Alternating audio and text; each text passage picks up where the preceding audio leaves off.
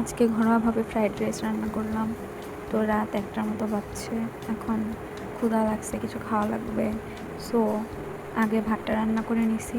আর বাসার ভিতরে ছিল সবজির ভিতরে বরবটি, ডিম, সরি ডিম তো সবজি না, যাই হোক বরবটি ছিল, মরিচ পেঁয়াজ ছিল আর ডিম ছিল। সো বরবটি ভাজি খাওয়া যাবে ডিমের সাথে, কারণ ভাতের সাথে ভাজি খুবই হচ্ছে কি রেগুলার একটা খাবার। তো এই জন্য ভাবলাম একটু ইরেগুলার কিছু করি। সো প্রথমে ভাতটা রান্না করে নিছি, পরে তেলের ভিতরে পেঁয়াজ মরিচ সব ভাজাভুজি করে পরে হচ্ছে বরবটিটা দিয়ে কিছুক্ষণ একটু সিদ্ধ মানে তেলে একটু তেল দিয়ে একটু ভাজাভাজি করে তারপর সে ঢেকে রাখছি। এতে বরবটিটাও একটু সিদ্ধ হয়ে আসছে। পরে ডিম ছেড়ে দিছি, দিয়ে একটু মশলাপাতি দিছি। তারপরে হচ্ছে গিয়ে মশলাপাতির ভিতরে আর কি ম্যাজিক মশলা, তারপরে হচ্ছে গিয়ে সস আর কি না এই ম্যাজিক মশলা সস দিছি, একটু লবণ দিলাম। তারপরে হচ্ছে গিয়ে ভাতটা দিছি, ভাজাভাজি শেষে। তারপরে মেখে গুড নাইট।